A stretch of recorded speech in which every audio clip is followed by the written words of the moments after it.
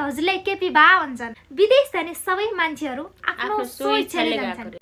नमस्ते सबैजनालाई। एउटा सानो टपिक लिएर आएका छौँ। चित्तै नबुझेको टपिक। यस्तो मनलाई टचै गरेको होइन परि आक्रोशै भयो। त्यो टपिक चाहिँ के हो भनेपछि अस्तिको एउटा भाषणमा बोल्दै गर्दाखेरि हाम्रो आदरणीय पूर्व प्रधानमन्त्री केपी शर्मा ओलीज्यूले के भन्नुभएको भनेपछि देशभित्र बस्नै नसकेर गएका त होइन, च्वाइसले गर्दा विदेश जाने सबै मान्छेहरू आफ्नो सोइच्छाले जान्छन्। के त्यस्तो हो त परि?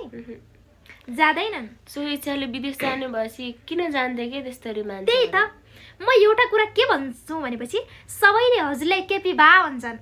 बाको मन त्यस्तो हुँदैन। त्यो सन्तानको पीडा बुझ्ने हुन्छन्। विदेश किन जान्छ मान्छे? विदेश सोइच्छाले जाँदैन, बाध्यताले जान्छ।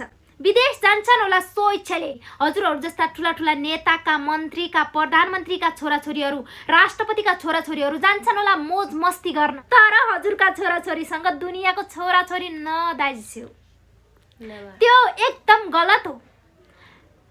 त्यो दुनियाँको छोराछोरी कस्तो कस्तो पीडा बोकेर, कस्तो कस्तो बाध्यता लगेर गएका हुन्छन् विदेशमा। मान्छेहरू कस्तो कस्तो कस्तो दुःख गरेर, कस्तो कस्तो पढाइ होइन के नेपालमा त्यस्तो पढेको जस्तो हजुरले त्यस्तो जागिर दिन सक्नुहुन्छ त? अरू छोडा यार, यहाँ बाबुआमा बितिरहेको हुन्छन्, एकचोटि दाग बत्ती दिन पनि पाउँदैनन्। एउटा छोरो विदेशमा हुन्छ अनि यता बाबुआमाहरू बित्दाखेरि एउटा दाग बत्ती दिन पुग्दैन। सो इच्छाले विदेश जान्छन्। कसरी जान्छन् सो इच्छाले विदेश?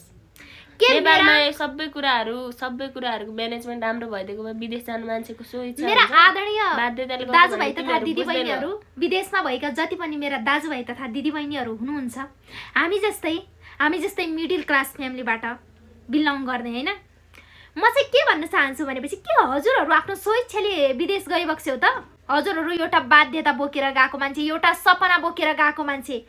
जुन हजुरले यता पढाइ गर्नुभएको थियो त्यसको बदलामा तिनीहरूलाई त्यस्तो मिल्नु पर्यो नि होइन? त्यस्तो मिल्यो त? मास्टर्स गरिरहेको हुन्छ नि, कुनै कुराको अपर्च्युनिटी हुँदैन, विदेश जानुपर्छ। त्यही डकुमेन्टहरू लगेर विदेश जाँदाखेरि फेरि आफूले सुरुबाट स्टार्ट गर्नुपर्छ, जिरोबाट सबै कुराहरू स्टार्ट गर्नुपर्छ। कहाँबाट हुन्छ त? अनि बाध्यता नभएर मान्छे सो इच्छाले जान्छन् नि। बोल्ने पनि तमिज छैन, त्यही देशको नेता भएर बोल्ने तमिज चाहिँ छैन। हाम्रा दाजुभाइ दुःख गरेर गएका हुन्, बाध्यताले गएका हुन्। कस्तो दुःख गरेर हाम्रा बाबुबाजेहरूले एक एक रुपियाँ जोडेर पढाएको हुन्छ। हजुरहरू जस्तो भ्रष्टाचार गर्न आउँदैन, हजुरहरू जस्तो लुट्न आउँदैन। अनि कहाँबाट जान्छन् त त्यसरी विदेश? मोज मस्ती गर्न गएका होइनन् त केपी शर्मा ओलीज्यू।